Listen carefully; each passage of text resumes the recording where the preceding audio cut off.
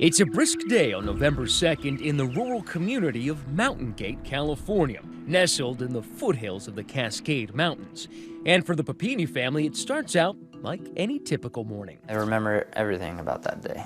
Around 6:50 a.m., my wife was on her way to go check on our daughter, Violet. And we met there at the door, and I gave her a kiss and a hug, and went right out the door. That evening, when Keith returns home from work as a Best Buy audio-video specialist, he expects his usual boisterous welcome from wife Sherri and the kids. I pulled up, I saw our car there, and I opened the door expecting my son comes 100 miles an hour right at me, and then usually Violet right behind him. We do what we call, our family snuggles. Instead, he's greeted with unsettling silence. I looked in a few different rooms and I couldn't find anybody. I thought, okay, maybe they're outside. And I looked around outside, but at the time I was like, I'm sure they're all together. I had no reason to believe otherwise. He opens up an app on his iPhone to see if he can track Sherri's location. I did the, Find My iPhone app, and it showed where her phone was. So I assumed that's where she was, and I assumed that the kids were with her. Where did the Find My Phone app show that Sherri was and you thought with the kids? On near our mailbox, which is a ways away. It's about a mile away, actually. Are you worried? Not quite yet. Keith jumps into his wife's car and follows the breadcrumb pings on the map toward the mailboxes. So I got in her car and I immediately drove down to the end of my mailbox, and I was, anticipating I would see her. But his family's whereabouts remain elusive. They are nowhere in sight. I then called my mom and asked her if they spoke, and she said she hadn't. Keith dials his children's daycare center. First thing I said is, what time did Sherri pick up the kids today? And when she said the kids are here, that was like, something is wrong. There's something wrong right now. Keith's relationship with Sherri is a rare love story dating back to childhood. A storybook beginning starting with the 7th grade kiss. When they reconnected years later, Keith even presented the notes she had written him back in middle school. I remembered that all these years ago, I kept her notes that she wrote me. And I dug them up and I handed her a box, and of course it was like all our little notes back and forth. Soon enough, Keith would find himself on one knee, asking for Sherri's hand in marriage. I was just head over heels for her, and I knew I wanted to marry this girl. The striking couple tie the knot in 2009. They look like a fairy tale couple. She like a princess, he like a prince. Their photos together seem as if they're ripped from the pages of a glossy magazine. They do just very sweet things for one another, and just kind of things that you read out of a novel or see on TV.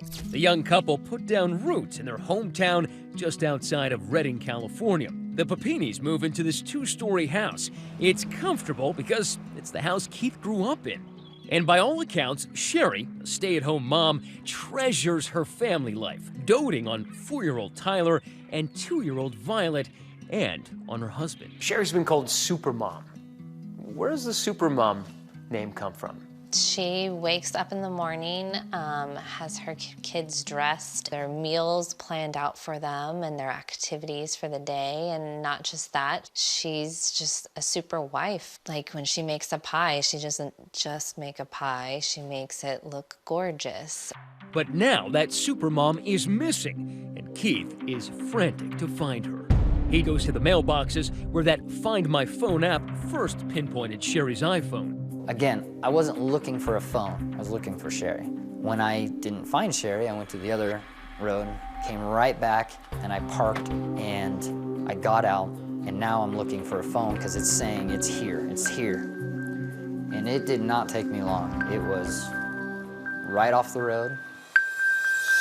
Keith is stunned. It's Sherri's iPhone, lying in the grass, strands of her blonde hair tangled in the headphones. If she would have lost her phone driving home one day and she put it on the roof of the car and it fell off, okay, whatever, I could see that happening. But the cars were home and the kids were at school. I knew something was wrong. Now Keith goes into full crisis mode. He takes 2 pictures of Sherri's iPhone and then dials 911. I wanted to make a clear message. This is real. You need to get here now. I don't know how many phone calls 911 gets on this particular thing. 90% of the time, you know, they went to the store, or they're hiding under the bed, or it's not that. I knew she was taken. Keith is convinced Sherri woke up that morning, went out for a jog, training for an upcoming Thanksgiving Day race. He thinks she turned out their driveway down a quiet country road, never came back. News of Sherri's disappearance quickly spread to the family. When I heard Keith's voice on the phone, I knew it was absolutely real. And when I hung up the phone, I fell down and just started crying and told my husband that my sister's gone and they don't know where she is, and I don't know if I'm ever gonna see her again. A missing mother of two from Reading is now the focus of a story that is capturing nationwide attention. But how will this father tell his son why his mommy didn't come home? I picked him up and I told him I had something important to tell him, and he jumped he jumped up on the couch with me, and he knew something was up. And he said, "Dad, you can tell me anything." From the foothills here in Shasta County, California, the mist can make a mountain vanish right before your eyes. That's also what happened to Sherri Papini, disappearing in broad daylight on a November afternoon. She is considered at risk due to the suspicious circumstances. Within hours of Keith's 911 call, deputies are searching for Sherri. They soon get reinforcements, friends, neighbors, and complete strangers lining up to help.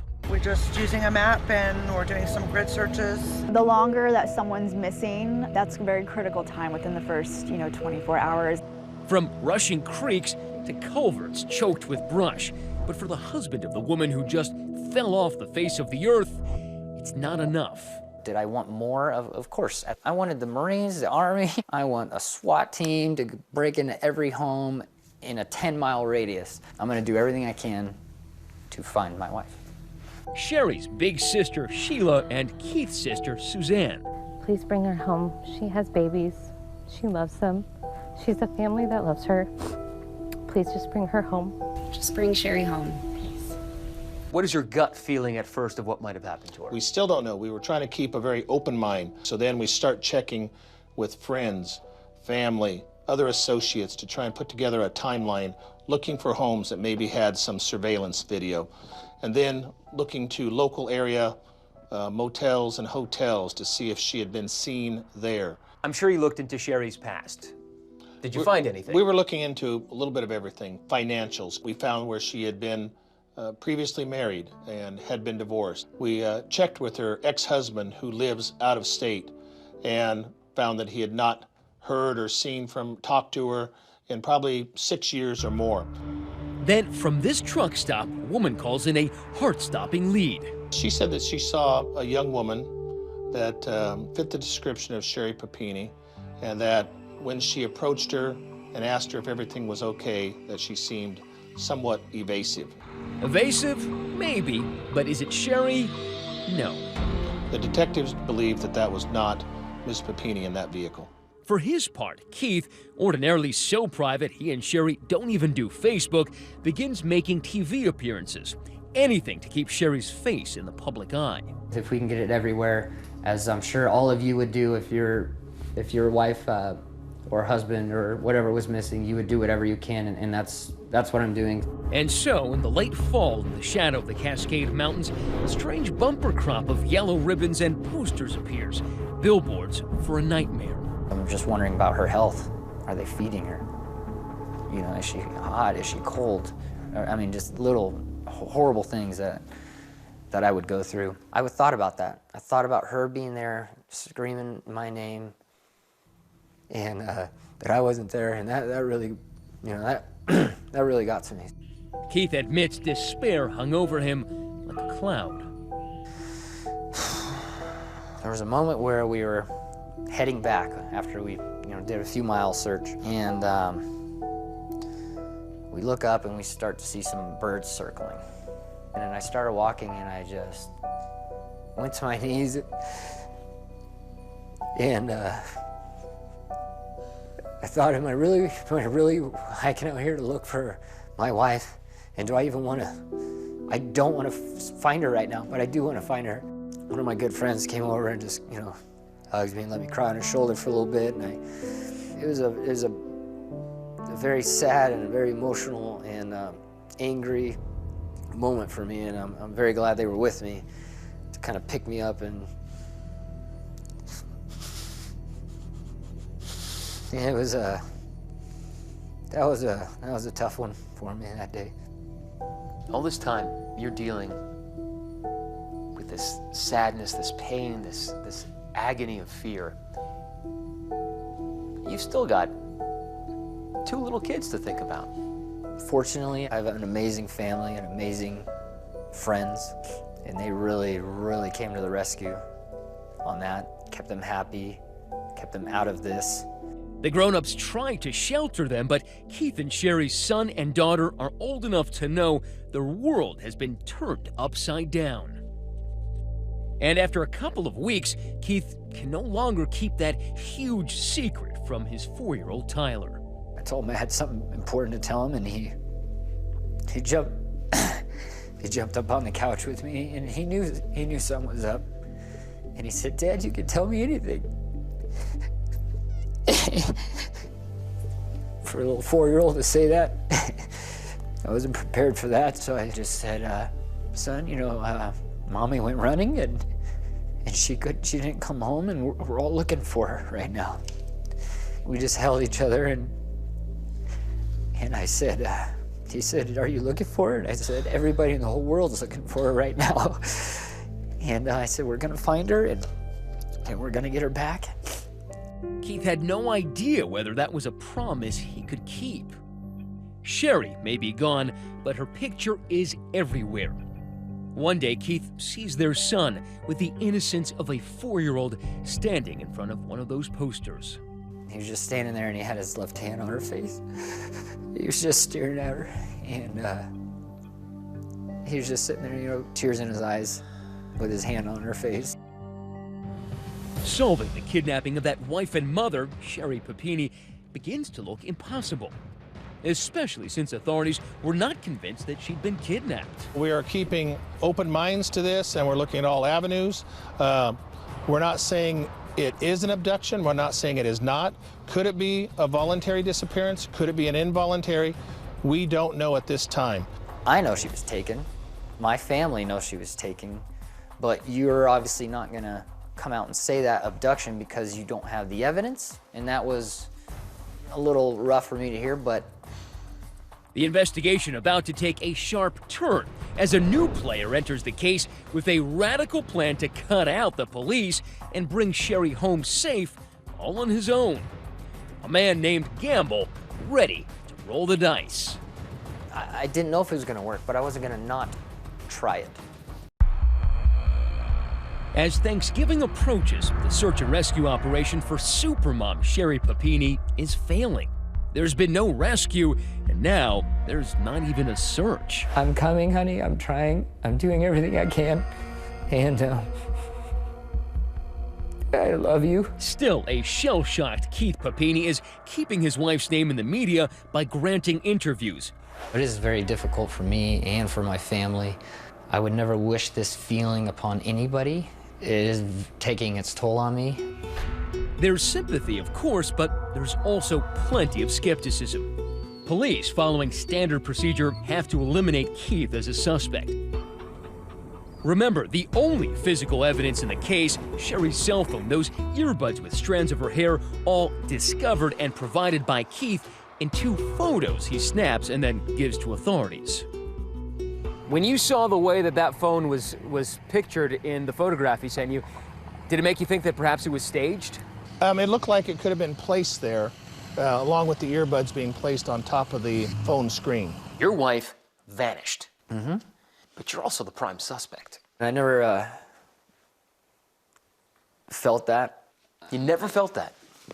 I didn't. It never occurred to me at first that people would think it was me. I knew it wasn't him.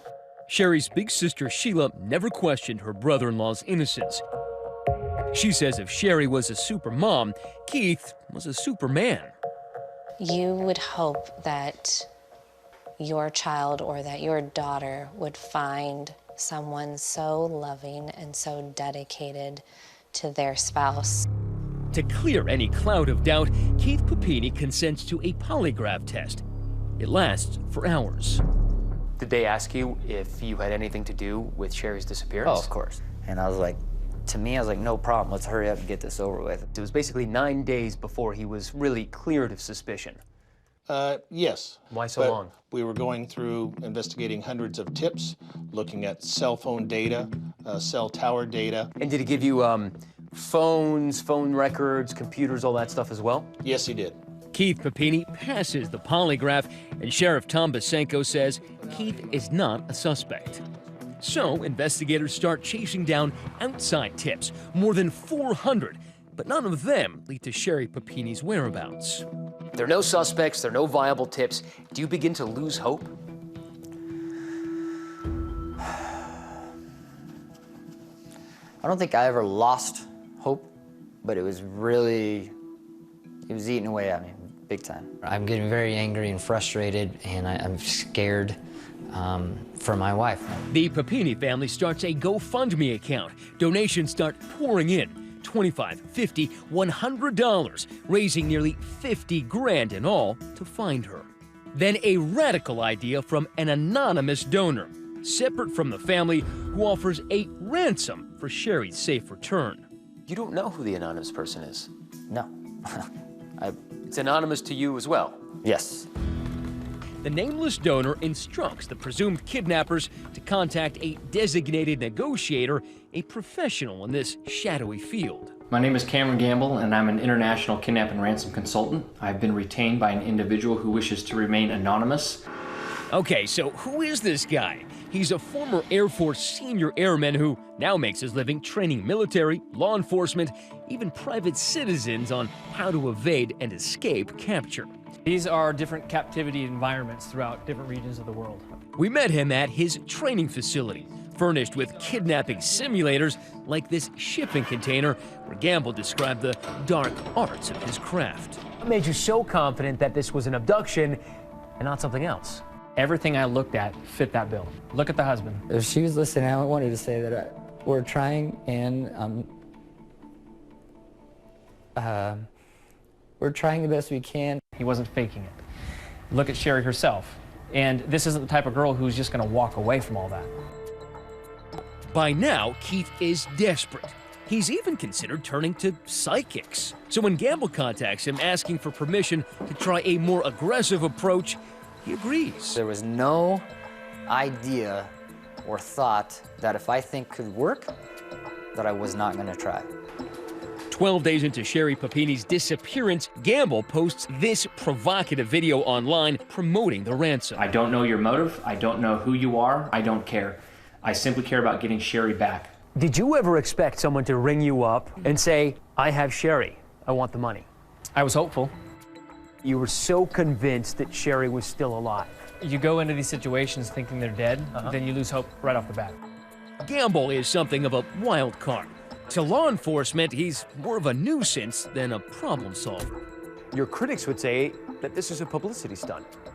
They can say that all they want. I don't do this for the critics. I do this for the small number that actually matter, and that being Keith and Sherri. But there were some big opponents to this. The sheriff was adamantly opposed to Cameron Gamble being involved in any way. For me, I was going to do everything I could to get my wife back. The next gambit for Gamble came on November 23rd, the day before Thanksgiving.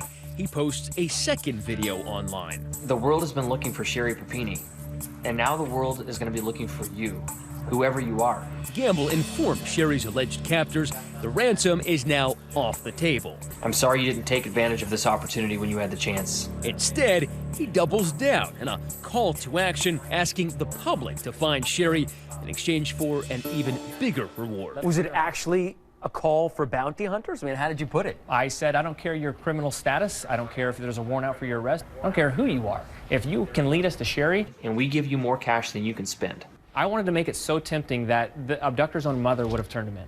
And then what did you think about making it a bounty when the deadline for the ransom passed? I was all for that. I mean... But will Cameron Gamble's bet pay off? Keith Papini begins his Thanksgiving at 3:30 a.m., steeling himself for the Northern California cold and the white-hot anguish of the 22nd day without his beloved Sherri. A huge balloon release has been planned in her honor. We wanted to do something very special. A real close person in my life mentioned, well, what about a balloon release? You know, we're all looking for you, and here's just a symbol, here's home. And I really like that. The knife thrust pain of missing Sherri is a constant companion, as is his constantly ringing cell phone. Very early in the morning, Thanksgiving Day, you get a phone call.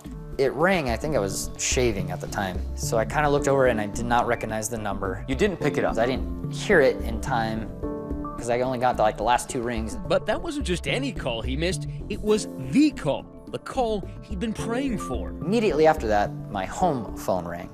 I pick it up, it was my wife screaming in the background, yelling my name, and a CHP officer said, I need you to be calm, I need you to be calm. Well, are you panicked at first? You're hearing her scream. I'm panicked, but I'm happy, because at this point, this is the first time I've heard her voice. I know she's alive. And you hear? And I hear screaming. So then I get the phone, and oh my God, honey, and of course she's screaming, it's very emotional, and I love you, I love you, I love you, oh my God, you're here, you're back, where are you?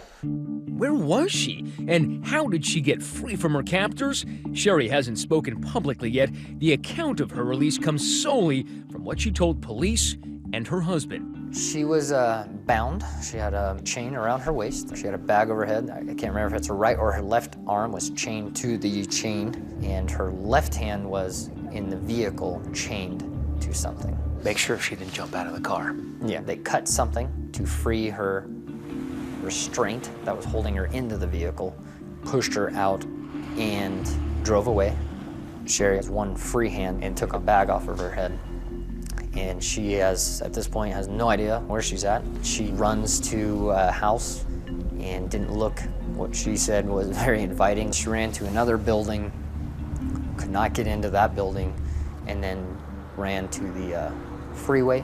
Stranded in the middle of nowhere, Sherri feels her only chance at rescue is to flag down a motorist on the highway. People were driving past her and not stopping. In her mind, she's frightened, she's scared, she's screamed so much. She said she was coughing up, like blood from the screaming, trying to get somebody to, stop. Just another sign of how my wife is. She's so wonderful, but she's saying, well, maybe people aren't stopping because I have a chain. It looks like I broke out of prison. So she tried to tuck in her chain under her clothes. I don't know what reaction anybody has to that, but to me, I'm just like, I'm just impressed that she thought of that. 4 a.m. and Allison Sutton happens to be driving down I-5 North, one of millions of Americans on the road to visit family for Thanksgiving. I was in the right-hand lane, and I saw a woman frantically waving what looked like a shirt, trying to flag somebody down. She had like a wide-eyed, panicked kind of look. I was startled to see her. It was dark, and she pretty much just came out of nowhere. If I had swerved to the right at least a little bit, I would have hit her with my car. I figured if she was willing to risk being hit by a car trying to get somebody's attention, that she must really need some help. I pulled off and I dialed 911. 911 emergency. Rescue workers raced to the scene, the silence of the early morning now filling with sirens and the crackle of radio chatter. Attention Station 8, unknown medical problem. It's going to be northbound I-5. Female needs medical attention. She is heavily battered. It's going to be some sort of an assault. Sherri is found in Yolo County, 150 miles from her Redding, California home. Disoriented from 22 days in captivity, she has no idea what time it is or even what day it is. The paramedics finally were talking to her. They were the first people to tell her, Happy Thanksgiving. And then she's like, oh, it's Thanksgiving night? And they said, no, it's Thanksgiving morning. Now, after that pre-dawn phone call, Keith is breaking every speed limit to get to the hospital where Sherri's been taken. The entire hospital was on lockdown. Eventually, they opened the door. The woman who's behind the curtain doesn't look like the wife and mother smiling back in countless family photos. One of the officers kind of like braced me and kind of put his arm around me and he said, you know, prepare yourself. She's alive and you just got to be happy. They branded her. So I just wanted to see her. So I just ran past everybody and I, you know, throw open the curtain and she was there in a bed in her poor face. And I just hugged her, I just held her. I felt like I hugged her for like 20 minutes. I was so happy that she was there and I was just kissing her all over and then I got like nauseated just looking at her. It was so hard for me to see her like that. And Keith, a couple of times you said her face, her poor face. Yeah. What did you see? The bruises were just intense, the bumps from, you know, being hit and kicked and whatever else. Everybody gets a bruise once in a while, but not these types. I mean, these are hard to look at. Her hair, she's always had very long blonde hair. You know, they chopped it off. I just need to know, because I was worried that when you first said her face, that they didn't brand her face, right? I will say that no, it's not on her face, no. She lost almost 15% of her body weight in 22 days. Oh, yeah. That is traumatic physically. Oh, yeah.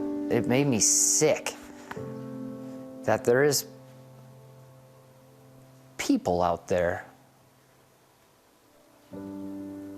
that could do something like this. I just wanted to hold her. And we just embraced each other and cried together. And I mean, I was so happy though. I mean, how do you explain it? You're upset and everything at what happened, but you're happy. As Thanksgiving morning begins to dawn, the miraculous return of Sherri Papini has not yet reached her Reading community. They gather as planned to release those balloons in the hopes of Sherri's safe homecoming. 2 hours later, the community learns their efforts were not in vain. Sherri Papini would be home for Thanksgiving. Sherri Papini, the Shasta County mother, missing for 3 weeks, has been found alive. The crisis may be over, but the mystery remains. Who took Sherri and why? You're really looking at somebody that's trying to break her will. That's what they do in cults. The ordeal which shattered Sherri and Keith Papini's world is over. Now the police are focused on the big questions. Who did this and why? This is simply the start of the next chapter in a very active investigation. On the day she was found, investigators are only able to get the barest nugget from the traumatized Sherri. Which was 2 Hispanic female adults driving a dark SUV. Anybody? 2 Hispanic females in a dark-colored SUV in the state of California is not much of a tip. No, it would be literally a needle in a haystack. But the next day, Sherri Papini is talking to police, part of a series of interviews in which she slowly opens up with more details of her abduction. Did she know the people she was with? No. Did she ever see them? I will share with you that their faces were always covered. I can tell you that there was, you know, guns involved. Was she overpowered? She didn't voluntarily get into a vehicle, if that's what you're asking. Very few people get abducted just in broad daylight. But the fact that there were 2 women who were allegedly behind this is even more shocking. But also makes more sense to me. Why? If a vehicle pulled up with 2 big dudes in it, would you approach that vehicle being a 100-pound woman?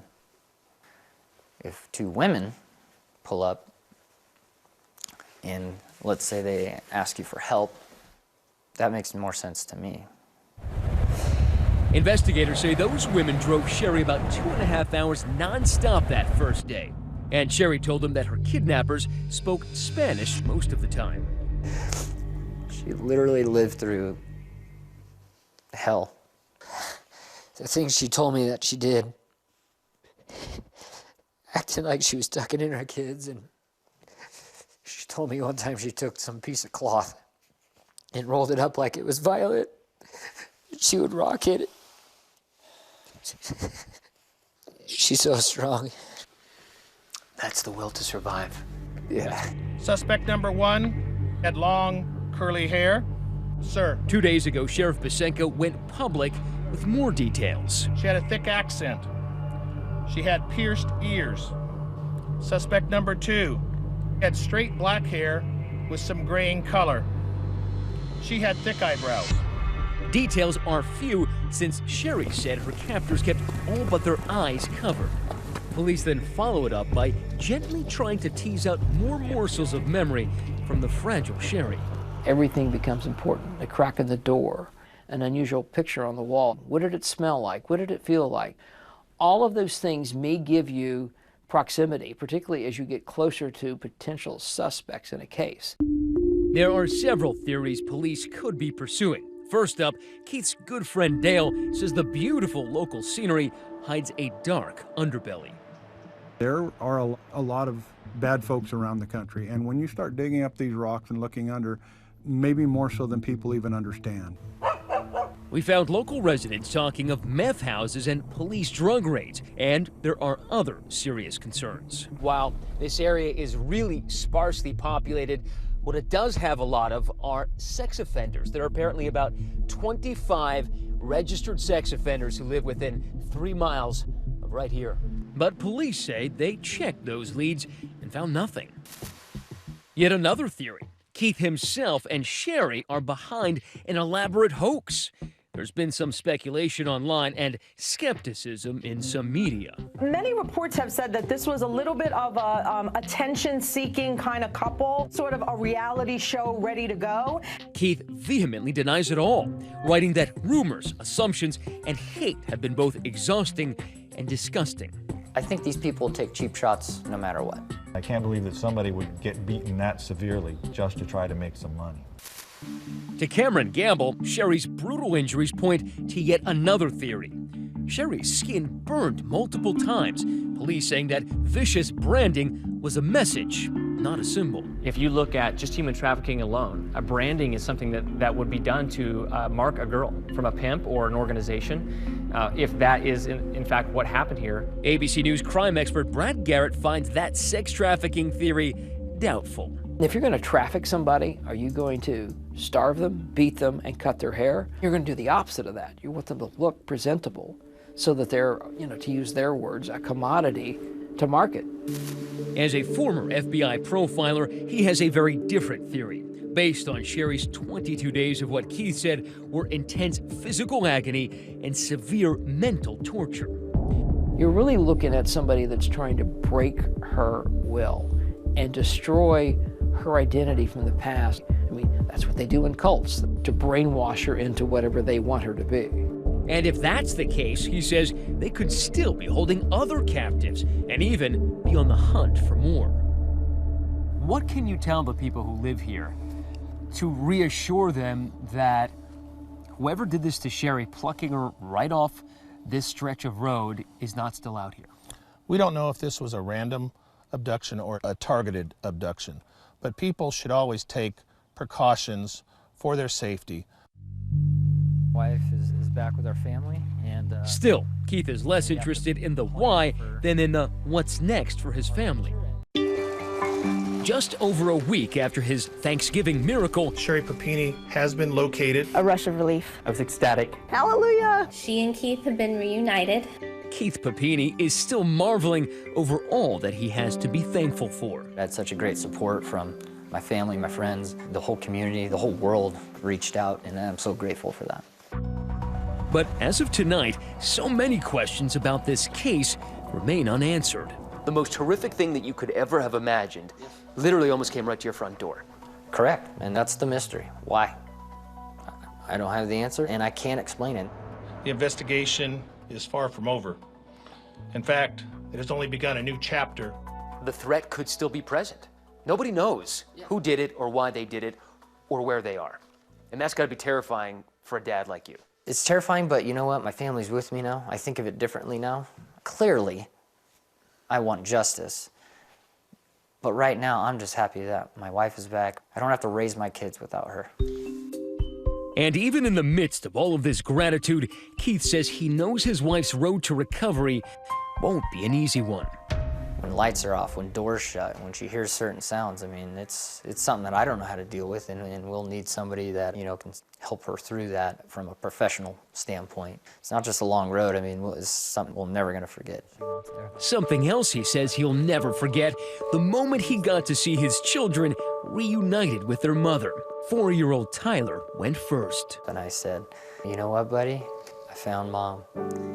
And he got the biggest grin, and he started like, you know, like, where is she?